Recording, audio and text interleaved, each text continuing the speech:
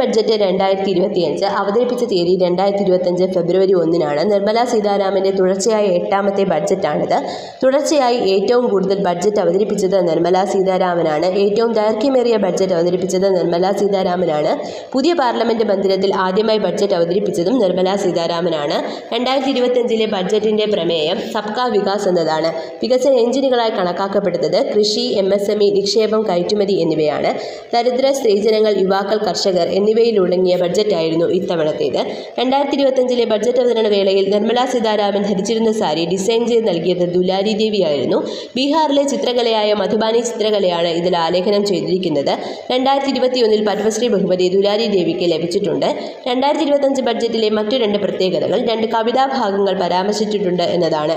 തിരുക്കുറലിലെ 542 ഭാഗമായ ജീവജാലങ്ങൾ മഴ പ്രതീക്ഷിക്കുന്നത് പോലെ നല്ല ഭരണം ജനങ്ങൾ പ്രതീക്ഷിക്കുന്നു എന്നതും, ഒരു രാജ്യം എന്നത് അതിൻ്റെ ജനങ്ങളാണ് എന്ന അർത്ഥം വരുന്ന ഗുരുജട അപ്പാവു റാവുവിൻ്റെ തെലുങ്ക് കവിതയും പരാമർശിച്ചിട്ടുണ്ട്. ഏറ്റവും കൂടുതൽ വരവ് ലഭിക്കുന്നത് കടമെടുപ്പും മറ്റു ബാധ്യതകളിൽ നിന്നുമാണ്. 24%, ആദായ നികുതിയിൽ നിന്നും 22%, GSTയിൽ നിന്ന് 18%, കോർപ്പറേഷൻ നികുതി 17%, പ്രതിരോധം 8%, സബ്സിഡി 6%, പെൻഷൻ ഇനത്തിൽ 4%.